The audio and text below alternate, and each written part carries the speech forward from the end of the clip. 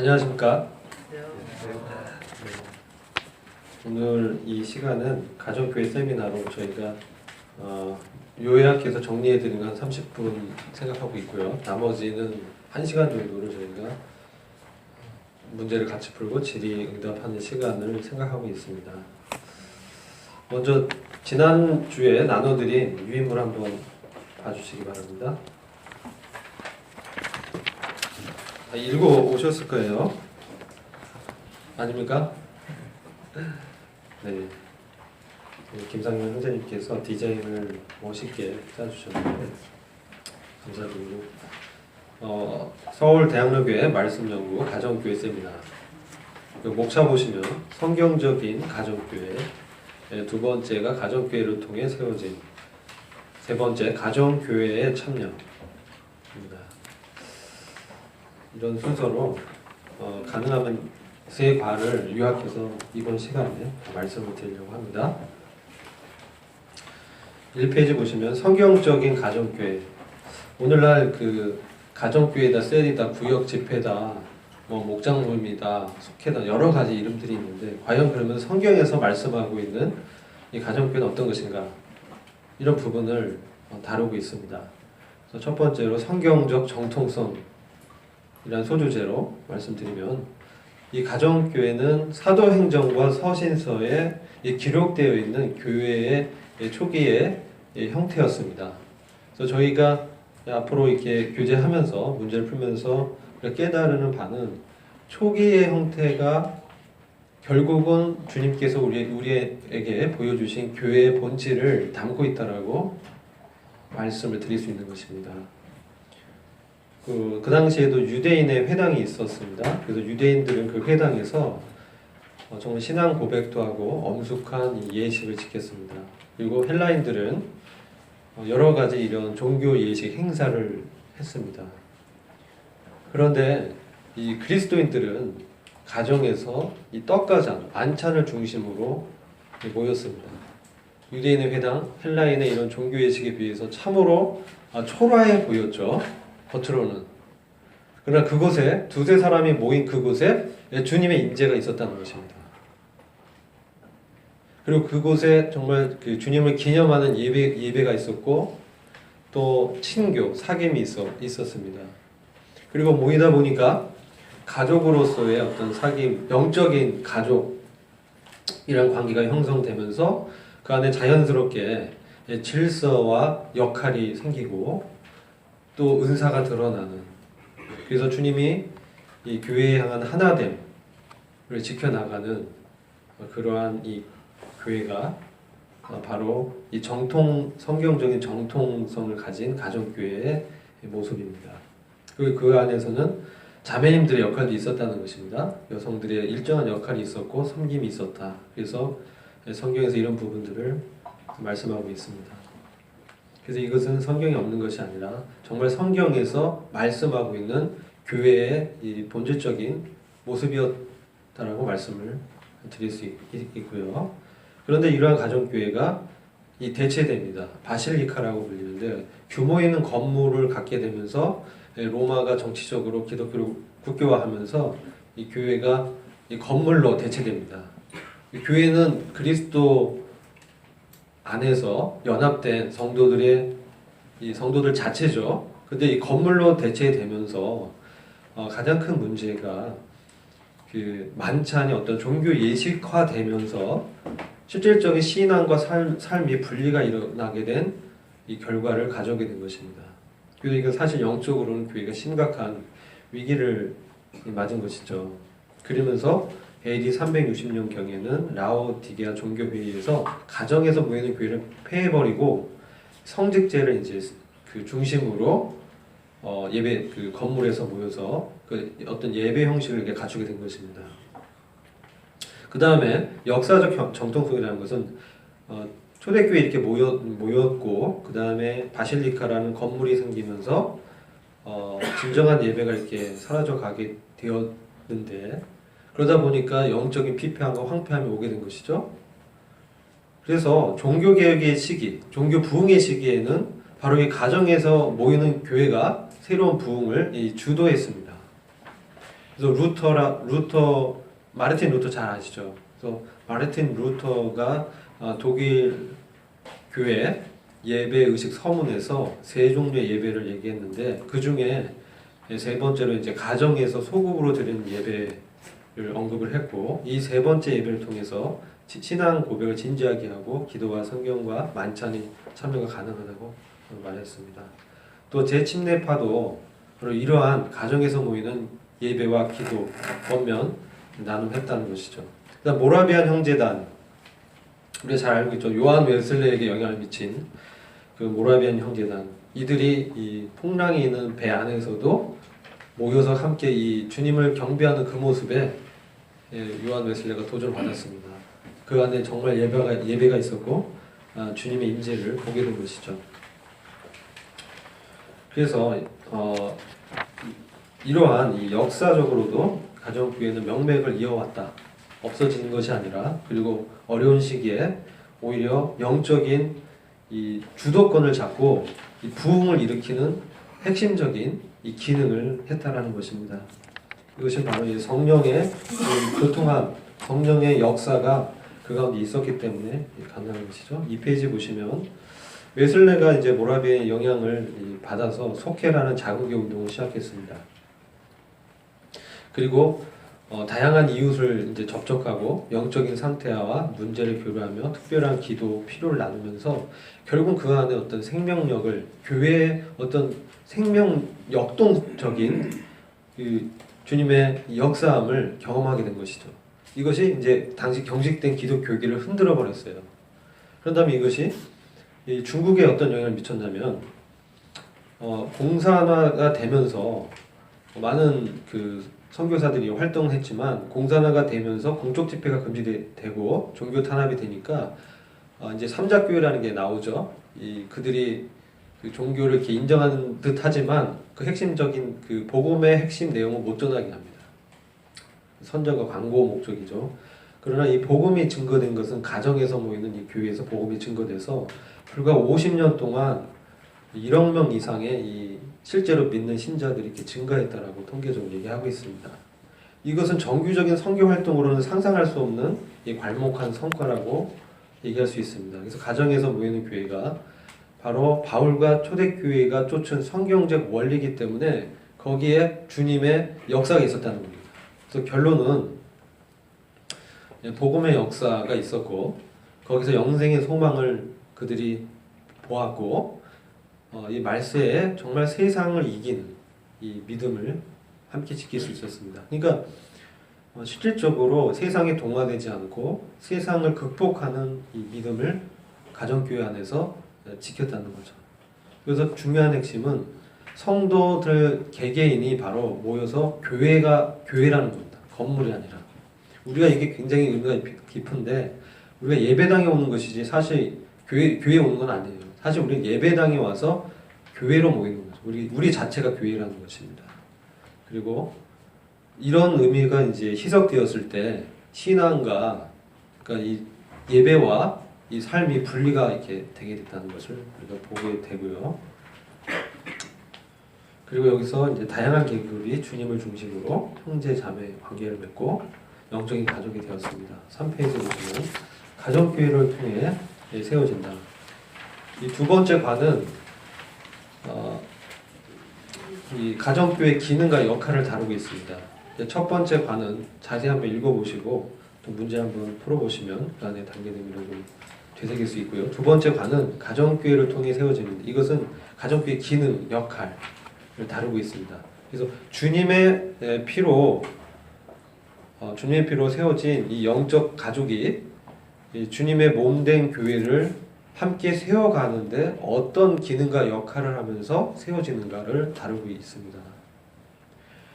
유대인의 회당과 가정에 있는 교회를 이렇게 비교를 했습니다. 첫 번째 소주제에서는 유대인의 회당은 종교적인 의무와 교육과 의식이 있었지만 그 자체가 딱딱한 구조와 조직화되어 있기 때문에 실질적으로 영적인 영향력은 그리고 그들을 그 영혼들을 흡수하는 그러한 흡입력은 미미한 것이었습니다. 그러나 가정에서 모였던 이 교회는 환경에 따라서 핍박을 당하고 옮겨질지라도 그들이 가는 곳이 바로 이 교회가 된 것입니다. 그래서 이제 성경에 보면은 바로 이 세계 선교와 전도의 교두보로서 이 가정에서 모인 교회가 담당했다라는 것을 기록하고 있습니다. 예를 들어 브리스길라와 아굴라가 바울이 도착 이전에 로마에서 이미 가정교회를 세웠고 에베소에서도 가정교회가 자발적으로 이루어진 것들을 이렇게 보게 됩니다. 그래서 바울은 그의 서신서에서 이런 가정에서 모인 교회들에게 일일이 이 문안을 하고 있습니다. 이 박해 가운데에서 세계 선교와 복음의 중심 역할을 담당해서 이 가정교회에서 전도가 이루어지고 모두가 복음 전도에 이 동역을 하는 것을 이렇게 보게 됩니다. 신약성경은 이러한 신앙 공동체를 일컬어 가족이라고 불렀습니다. 그래서 서로 형제 자매라고 이렇게 불렀고 그런 호칭이 이제 사용되는데 그 갈라디아서 1장 1절 그쪽을 보면은 형제들이라고 얘기하자면 사실 그 교회 일꾼들이었습니다. 교회 일꾼들을 그냥 형제들이라고 호칭했어요. 그래서 그게 전문성을 가진 의미로 사용됐다는 의미는 그들에게 어떤 그 타이틀을 준 게 아니라 단순히 형제라고 불렀지만 그들이 교회의 기능, 그러니까 전도의 일의 동역자로, 바울의 전도 사역의 동역자로 기록이 다 돼 있습니다. 그리고 그 안에는 바울이 그 서신서 안에는 어머니, 루포의 어머니는 나의 어머니다 이렇게 얘기하죠. 빌레몬에 대해서 나의 아들이다. 이것은 바로 이 가족의 관계, 영적인 가족 관계가 여기서 형성됐다는 것을 보게 되고요. 그 성경에서 공동체를 세우는 일을 바로 집을 짓는 것으로 표현했습니다. 그리고 이 사도들을 하나님의 집을 돌보는 관리자로 이렇게 청구하는 것들을 보게 됩니다. 그 다음에 가정교회, 온교회에 대한 소주를 보시면 이 부분은 중요한 부분입니다. 실제로 이 고린도 교회라든지 그 예루살렘 이 지역에는 많은 가정교회들이 있었습니다. 그래서 이들이 이 함께 모였을 때 어떻게 불렀냐? 온 교회라고 딱 명칭합니다. 온 교회에 모여서 고린도전서 14장 23절 그들이 이 떡을 떼고 온 교회를 접대한 가이오. 로마서 16장 보면요. 16장 23절에 그가 교회의 식주라고 이렇게 표현하고 있어요. 교회의 식주다. 다른 표현으로 하면은 이 교회를 섬긴 사람이죠. 교회의 그 성도들을 먹인, 접대한 사람인 가이오. 이 지역이 어디냐면은 이 고린도 지역에서입니다. 그러니까 고린도 지역에서 사도 바울이 로마로 로마서를 이렇게 쓰면서 이 가이오가 문안을 하는 그 부분을 기록한 것입니다. 그래서 이 당시에 이 온교회와 가정교회가 기능적으로 이 분리되어서 온교회에서 모여서 교육과 이런 어떤 교육적인 측면을 이제 행했던 것으로 보여지고요. 바울도 뭐 두란노 지역에 성을 세워서 이렇게 가르쳤죠. 이런 그 역할을 했습니다. 오히려 복음 전도와 이 선교의 교두보는 가정교회에서 이루어졌다는 거예요. 이 성경적 원리는 그렇습니다. 그래서 실질적으로 관계에서 이렇게 접대하면서 그들이 사랑을 느끼고 그리스도인이 어떤 것이라는 것을 보게 된 겁니다. 그들의 인격과 삶을 통해서. 예루살렘에 최소한 200개 이상의 가정에서 모이는 교회가 있었다라고 이게 추정이 됩니다. 그래서 온교회와 가정교회가 서로 유기적으로 연결되어서 그 기능을 서로 이렇게 담당했습니다. 가정교회는 어떤 기능을 했느냐? 3페이지 그 마지막에 보시면 선교의 전진 기지로 역할을 했습니다. 처음에 바울은 이 회당에서 복음을 전했습니다. 근데 그것이 이 어려움을 당하고 실제로 열매들이 없었죠. 그래서 바울이 이 선교의 거점을 가정으로 옮기는 것을 보게 됩니다. 그래서 브리스길라 아굴라의 집, 루디아의 집에서 교회가 시작되죠. 빌레몬의 집, 이와 같이 이 가정에서 모인 이 성도들을 통해서 그들이 이 선교를 후원하고 사역을 후원하고 그들이 바울과 함께 동역을 한 것입니다. 저기 뭐 우리 스페인에서 주님을 섬기고 있는 이상랄 형제님도 가정에서 지금 교회를 이루고 있죠. 바로 그런 것이에요. 중국에도 지금 문성 형제님 그 방문하면 거기 연태 지역이라든지 위해 지역 이쪽이 다 가정에서 모여요. 드러내서 이렇게 보이기 어려운 점도 있지만 그 관계를 보여주는 겁니다. 그러니까 관계 안에서 사역을 감당했다는 거예요. 선우가 분명하죠.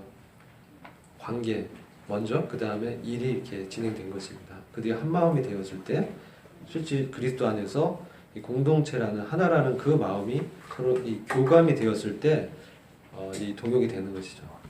4페이지 보시면 그래서 이 바울이 한 지역을 얻기 위해 사역의 근거지를 가정에 두었던 것입니다.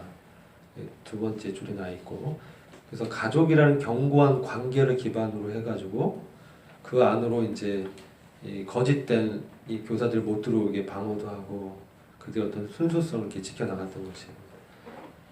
그리고 인간관계의 네트워크, 관계를 이용해서 복음을 전했을 때 실제로 효율적인 열매가 나타나기 시작했습니다. 저도 이제 이전교회 있을 때 구도자 남편을 둔 가정의 자매님이 정말 어렵게 기도를 내려놓으면서 가정을 열었어요. 처음에는 남편이 안 들어왔습니다. 가정에 토요일날 이렇게 저희 모였을 때. 근데 이제 자꾸 그때 남편이 들어오다가 이렇게 나가는 것들 몇 번 발견했어요. 그래서 세 번째 모였을 때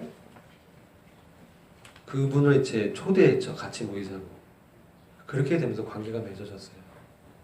그리고 그분이 우리들이 교제한 내용을 옆에서 보면서 뭔가 세상에서 다른 어떠한 평안과 위로를 보게 됐어요. 그리고 그들이 이렇게 사랑을 정말 나누는 것을 봤을 때 세상의 정치적인 모임과 다른 교회의 본질을 보게 된 거죠. 마음이 이렇게 녹아지면서 열리면서 그분이 그 안에 이제 동참하기 시작했어요. 그러면서 계속 모이다가 마음이 열리고 우리가 무슨 말인지 귀담아 듣고 질문도 던지기도 하면서 어떻게 그럼 구원받았냐? 수련회로 자연스럽게 초대를 했죠. 옹교회의 기능이 나타나죠. 옹교회가 수련회 모였을 때 복음을 전했어요. 구원을 받았습니다. 가정이 돌아오는 이런 가정들이 여러 가정들이 생기면서 실질적으로 이 복음이 어떻게 효과적으로 증거되는지를 보게 됩니다. 그다음 그 안에 성도들 간의 친밀한 교제와 돌봄이 있었습니다. 교회가 이제 제도화되고 형식화되고 규모가 생기고 나면은 성경적인 교제와 소통을 하기 어렵습니다. 대다수의 신자들은 제가 지금 소 타이틀 밑에 그 부분을 읽고 있습니다. 대다수의 신자들은 교회의 주일에 단지 종교적인 의무를 위해 참석하거나 그저 교회가 제시하는 활동을 참여하는 것으로 신앙생활을 하고 있다고 여깁니다. 실제로 그래요. 내가 여기서 모여서 한 것으로 다 신앙생활 했다고 생각하고 이제 돌아갑니다. 근데 성경에서는 우리가 몸의 지체로 서로 영향을 주고받으면서 서로 사랑으로 돌보면서 몸을 세운다라고 증거하고 있습니다. 그래서 가정교회는 이렇게 적은 무리가 함께 모여서 거기 어떤 인도자를 지정하지 않습니다. 임명하지 않는다는 거예요. 어떤 리더가 보이지 않게 존재하지만 그를 교회가 수직적인 관계에서 임명하지 않는 것이 구역 집회와 다른 일반 셀과의 차이점입니다. 그래서 자연스럽게 거기 누가 주도하지도 않습니다. 왜 그러냐면요. 누군가 주도하고 그것을 이끌어 나가려고 시간을 많이 사용하면서 그렇게 했을 때 어떤 일이 일어나면은 성령의 교통함이 막혀버려요. 그리고 그 순간 그 다른 지체들은 그냥 듣는 자세로 있는 거예요. 우리가 옹교에서 이렇게 모였을 때는 이게 가능해요. 어떤 우리가 양육의 방법으로 이렇게 이 일방향에 이게 교제가 가능하지만 가정에서는 그렇게 하면 안 됩니다. 가정에서 서로 나누는 거예요. 바울의 그 복음 증거 보면은 그가 디다게라는 건 사도가 선포하는 그 대언입니다. 디다게 외에도 다이알로그가 있었어요. 주님의 이렇게 양육 방식은 다이알로그였어요. 대화, 소통이었다는 거예요. 그래서 여기 보면 마가복음 여기 10장 10절 이렇게 있죠. 예로 성도관들의 위에서 한 6절 보면 마가복음 10장 10절에 집에서 제자들에게 주님이 Q&A를 하는 것을 기록하고 있습니다. 집에서. 밖에서 이렇게 주님 선포했는데 그 뜻을 제자들이 집에서 이렇게 물어본 거예요. 그런 관계가 되는 거죠. 가까이 이렇게 친밀한 관계에서 서로 주고받은. 그래서 그 안에 성령의 인도하심이 있었고 그러다 보면 성경 본문을 갖고 이렇게 교제를 하다 보면은 자유롭게 간증과 분별을 제시합니다. 여긴 자매님들도 자유롭게 간증하는 것입니다. 우리가 이렇게 옹교에 모였을 때는 자매님들이 이런 것들 제약적으로 이렇게 생각하시잖아요. 그런데 가정에서 모였을 때는 그런 것을 나누는 것입니다. 그러니까 자매님들 그런 역할이 있는 것입니다. 그것이 이제 자매님들이 심지어는 자기 집을 개방해서 자매님들이 이렇게 해서 남편을 구원받기도 하는 역할을 하는 것을 여러 차례 봤습니다. 그래서 이것은 굉장히 중요한 차이점이죠. 일반 그 구역 집회와 가정교회 가장 큰 차이점은 이런 이 관계적인 측면에서 은사가 자유롭게 나타나는 거예요. 그 안에서 그렇게 본문 나누다 보면 자연스럽게 교사의 은사가 나타나는 사람은 자기 이렇게 딱 분별을 제시했을 때 사람들이 이를 주목하면서 듣게 됩니다. 그 어떤 분들은 막 어떤 그 찾아온 영혼들 막 애타하면서 전화 들고 이분 안 나왔다고 막 얘기하는 분이 있습니다. 뭐죠? 목양적인 마음 가진 분들. 또 어떤 분들은 그 기도 제목을 들으면서 기도해야겠다. 전도의 열정이 일어나요. 복음 전해야겠다. 자, 이렇게 되는 거예요. 그러니까 자연스럽게 이게 그러면서 성령이 뚜렷하게 회중 가운데 무엇을 말씀하고 채우는가를 경험한다는 거죠. 그 영광을 봤을 때 정말 이 모임은 포기할 수 없는 그 모임이 되는 거예요. 그럼 뭐 제주도 어디 내려갔든 다 올라와서 참석을 합니다. 영적인 유대감이 있기 때문에, 끈끈하기 때문에 전화 걸어서 물어봅니다. 어떻게 지냈는지, 무슨 어려움이 있는지. 딱딱한 형식의 틀이 다 무너져 내립니다. 자기 어려움을 부끄러움 없이 다 내려놔요. 그럼 정말 내 아우가, 내 형이, 내 누나가, 내 여동생이 그 기도 제목을 내려놨을 때 내 마음이 같아지는 거예요. 같이 슬퍼하는 거예요. 그 정말 간절히 같이 기도했을 때 그 다음 주 시간이 지나서 그것을 간증하는 것입니다. 내가 여러 성도들이 기도했는데 이게 해결됐습니다. 이 문제가 이렇게 해결됐습니다. 아니, 제 마음이 바뀌었습니다. 실질적인 목양이 가능하다는 거죠. 이렇게 모였을 때 옆에서 세상 사람들이 거기에 참여하면 항상 똑같이 얘기해요. 구도자 남편들이 어떻게 이런 모임이 있을 수 있습니까? 마음이 이렇게 감동받고 녹아지는 거예요. 우리는 모르지만 우리의 교제와 간증 속에서 그들이 주님을 보게 되는 거예요. 그리스도인이라는 칭호를 무슨 의미인지 알게 되는 거죠. 그래서 자연스럽게 제사장으로서 역할이 나타납니다. 성도의 제사장 역할, 에베소서 4장 12절 5탄인데요. 제사장 역할이 에베소 4장 22절이 아니라 12절. 이것은 중요한 교회의 기능을 설명드리는 건데 나중에 찾아보시면 은사와 가정교회의 이 관계입니다. 여기서 보면은 은사자를 교회가 서포트하는 게 아니라 가정교회를 은사자가 서포트하는 거예요. 가정교회 영혼들, 성도들이 세워질 수 있도록 은사자들은 섬기는 거예요. 자기 은사를 활용해서. 주님이 그렇게 하신 거예요.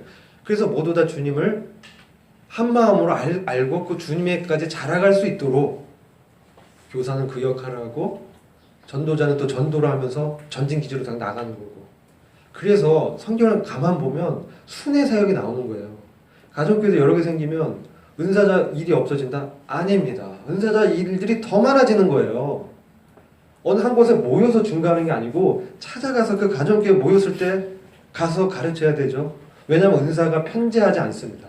하나님의 교회 은사는 주어지긴 하지만 다 그 은사자가 아니기 때문에 은사자들이 가정교회를 방문하면서 거기에 가르치고 교사 역할을 하고 또 거기에 필요한 영혼이 있으면 딱 만나서 주중에 전도하고 훨씬 더 일이 많아지는 것입니다. 여기 착각하시는 거예요. 은사의 역할이 줄어드는 거 아니에요. 절대 그렇지 않아요. 오히려 더 바빠지고 일이 많아지는 것입니다. 그렇게 됐을 때 제자들 화가 자연스럽게 되면서 배가가 되는 거예요. 교회가. 제 생명으로 태어나는 겁니다. 분당북부교회는 처음에 3가정 시작했어요. 나중에 15가정이 됐어요. 20명 했는데 300명, 400명으로 늘어났어요. 화영재님이 자기 사역을 내려놨어요. 자기 은사를 했지만 안 되는 걸 주님 보게 하셨어요. 간증하셨죠. 교수님 오셔서. 그랬을 때 그 자기 사역을 오픈하고 깨고 형제들에게 동역을 요청했을 때 그 성령의 역사가 나타나는 거예요. 구원의 역사가 나타나는 거예요. 그 교회는 400명 정도 됐을 때 200명, 200명께서 교회가 자연스럽게 광주로 또 하나의 개척 분가 이렇게 된 거예요. 어느 교회가 이렇게 분가를 해줍니까? 못 나가게 막죠. 자기 교회로 생각하잖아요. 주님의 사역인데 자기 사역을 생각. 이게 가장 지금 문제. 가정교회가 지향하는 것은 주님의 몸된 교회를 함께 성도들이 세워가는 것을 분명하게 메시지화해서 우리가 그걸 경험하는 것입니다. 그 일원이 돼서 몸이 돼서 하나에 소속돼서 내가 주관하고 다스리고 계급화되는 게 절대 아니에요. 이건 니골라당입니다. 이건 주님이 경계했어요. 성직자에 대해서. 은사자는 겸손히 주님의 인도하심에 따라서 가정교회에 섬기는 형제들을 세워주는 역할을 하는 것입니다. 그리고 순회하면서 세워주고 복음 전하고 이것이 그 안에서 가정교회는 리더십이 검증이 됩니다. 자연스럽게 리더가 드러나요. 누가 임명 안 해도 그 사람이 리더인 걸 알아보는 거예요. 왜? 주님이 권위가 그에게 나타나는 거예요. 말씀할 때, 교제할 때, 섬길 때 말씀 안 해도 섬기는 사람 보면 숙연해집니다. 그 섬김 앞에. 그 가정을 보면 숟가락이 몇 개인지 알게 됩니다. 아이들이 어떤지, 그 아버지가 가정에 어떤 권위를 가지고 있는지. 그래서 검증된 리더십이, 왜냐하면 미숙한 리더십이 교회를 망치기 때문에 이걸 통해서 검증을 하는 거예요. 아주 중요한 역할이죠. 그 다음에 5페이지 보시면 여성들의 역할이 살아납니다. 자매님들의 섬김이 살아나는 거죠. 그래서 자매님들이 교회를 후원하며 가족을 챙기고 돌보는 주도적인 역할을 담당하셨다는 거예요. 온교회 오면은 우리 자매들 무슨 역할이 없지 않나? 아닙니다. 가정교회 섬길 때 너무 바쁜 거예요. 생각하면 반찬 뭐 해야지, 누구 전화해서 누구 얘기해야지, 모이도록 해야지, 아이들 그때 어떻게 해야지. 이게 주님의 몸을 세우는 것입니다. 그래서 실제로 교회가 몇 여성 자매님들의 집에서 시작된 경우도 기록되어 있습니다. 갱그리아 교회 베베, 유력한 일꾼이라고 얘기하고, 브리스길라 아굴라, 브리스길라가 자매입니다. 성경에서 이름을 순서가 중요합니다. 아굴라가 형제인데 자매를 먼저 이렇게 한 거는 그의 섬김이 돋보였다는 얘기죠. 성과를 잠시 제가 좀 짧게 나누겠습니다. 지금 27분입니다. 가능한 제가 35분 이내에 마치고자 합니다. 자, 그러면 왜 우리는 가정교회로 모이는가? 가정교회 참여. 왜 지금까지 우리 그동안 여러 차례 가정교회 해야 됩니다 얘기를 했는데 왜 그런가?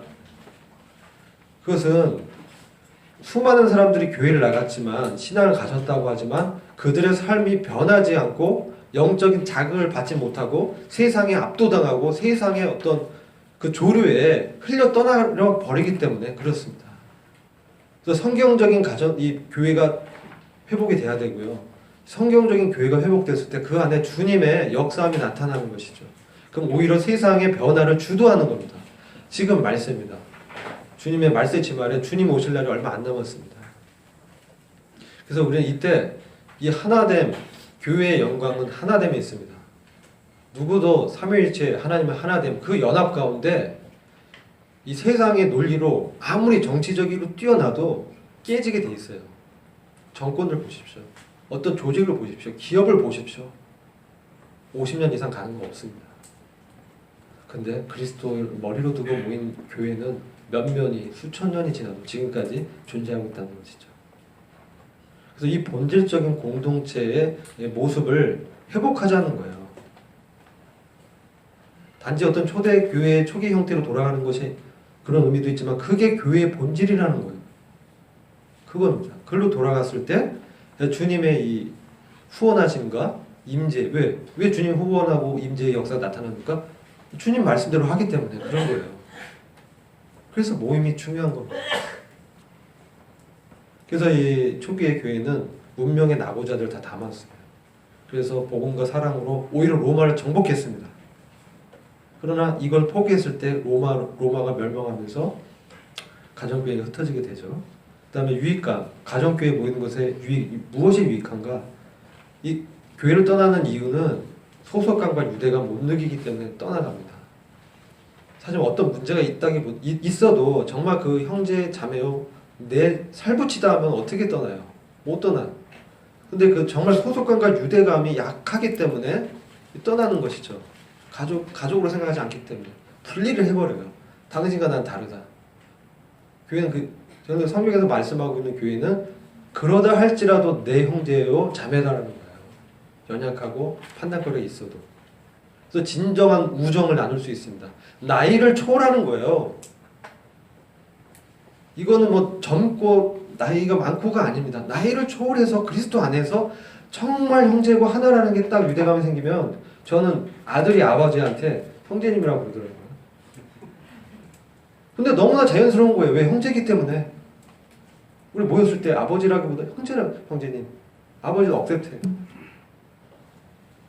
그만큼 왜냐하면 우리는 1000년, 2000년 영원히 같이 살 거기 때문에 20년, 30년 나이 차는 1000년에 비하면 아주 물론 그 질서를 어기란 얘기 아니지만 그리스도 안에 형제라는 게 그렇다는 거예요.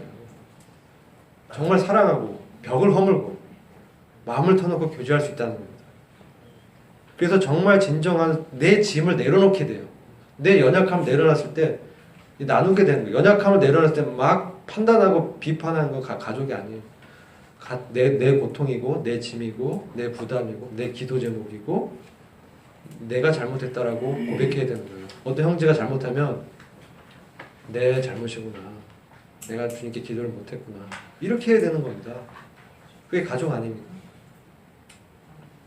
그래서 삶의 동반자, 그 실질적인 영성이 거기서 나타나면서 자라가는 겁니다. 그래서 은사와 역할이 드러나고 이 가정교회 모임의 장점은 이러한 융통성, 이 생명력, 역동적인 거, 그 다음 받아들이는 수용성, 형식과 어떤 제도가 아니라 틀을 딱 깨고 자연스럽게 교제하면서 그 안에서 생명을 보고 개방적이면서도 실험적인, 모험적인, 우리가 이렇게 모여보자. 틀이 없기 때문에 물론 성경 본문을 중심으로 모입니다. 기도하고 네 가지 틀은 있죠. 사도 가르침, 만찬을 뗐다, 식사를 통해서 교제를 했다, 기도했다, 친교했다. 이 틀은 있지만 그 외에 있어서는 유연한 순서와 프로그램을 짤 수 있다는 거예요. 토요일에 그냥 야외로 나가도 되죠. 꼭 가정에 모입니까? 야외 가서 야외 석봉하기도 하고요. 저 가정교회를 방문하기도 하고요. 이번 주에는 저희 같이 모이자. 네, 그럼 같이 모이는 겁니다. 그렇게 되는 거예요. 그리고 이것이 정말 중요한 복음 전도의 최선의 방법인 게 검증이 되는 거예요. 복음 전도의 최선의 방법이었다는 거예요. 성경적으로 봤을 때. 아까 중국의 예를 말씀드렸죠. 지하교회에서 1억 명이 믿게 됐다고. 가장 최선의 관계를 통해서 그들의 마음을 얻지 않으면 어렵습니다. 무장해제게 되고 거부감 없이 초대에 응하게 되는 거예요. 따뜻하고 정말 인간미 넘치고 이 그리스도인이 정말 인간미가 안 넘치고 딱딱하고 무슨 이렇게 벽을 대하는 것 같다. 그건 문제 있는 겁니다. 녹아져야 되고 우리는 사랑 안에서 이게 풀어져야 되고 그다음 뭐 헬렐레하고 뭐 그러는 말은 아니고요. 사랑하면서 이렇게 관계를 깊이 했을 때 이 계층이 이렇게 벽이 무너지면 정말 마음이 통합니다. 그 하나됨을 경험하면 교회의 영광을 보게 되면 정말 여기에 매진하게 됩니다. 그리고 여기에 양육이 있었고요. 제가 33분 됐는데 제가 2분에 정리하겠습니다. 양육은 이제 그들이 성경을 읽고 공부하는 게 중요하다는 거예요. 단순히 성경 공부가 아니에요. 이건 뭐 지식을 쌓고 이런 것이 아닙니다. 본문을 함께 나누면서 삶을 이렇게 경험한 거, 그리고 내가 이렇게 주님 만난 거, 주님을 이렇게 조명해 주는 거예요. 그리고 그 안에 믿음과 인격이 보입니다. 실제로 내가 이런 유혹을 받았다. 근데 주님이 이렇게 말씀하셨다. 근데 성령이 나의 이런 말씀을 깨닫게 했다. 그래서 서로 그걸 갖고 기도하고 사귀고 그리고 정직하고 구체적인 조언을 해줄 수가 있어요. 간접적이고 우회적이 아니라 이런 관계가 되면 정말 아픈 교제도 할 수 있어요. 이거 정말 그럴 수 있습니다. 그럼 그거 받을 수가 있는 거예요. 그런 관계에서는. 근데 관계가 안 되면 그렇게 했을 때 꽉 깨져버려요. 교회가 많이 나뉘는 모습 보죠. 그래서 이런 예배와 사귐은 실질적 깊은 연관이 있는 거예요. 예배와 사귐은 사실 같은 말인데 이것을 다르게 이해하면 안 돼요. 주님을 기념하죠. 기념제의 의미 있어요. 근데 거기에는 주님이 화목제로 드려지신 화목 제물이 됐기 때문에 주님 주신 것을 나누는 의미도 있어요. 같이 가는 깊은 연관이 있습니다. 그리고 기도했다는 거. 같이 기도했다는 거예요. 그들이. 그때 역사가 일어나는 거예요. 기도 없이 역사가 일어날 수 없습니다. 무엇이 이런 유의 역사를 일으킬 수 있습니까? 기도 외에는 없다. 말씀하셨잖아요. 같이 기도하는 거. 실질적인 제안은 영적인 분위기에 민감해지십시오.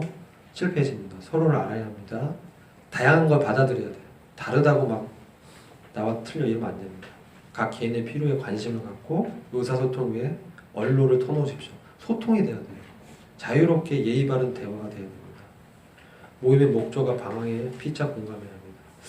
네, 이상 이 가정교회 세미나 3과 내용을 전체 이렇게 요약 정리해 드렸고요. 이후의 시간은 토론을 위한 질문과 질의응답 시간을 갖도록 하겠습니다. 네, 수고하셨습니다. 박수 한번 쳐주시죠.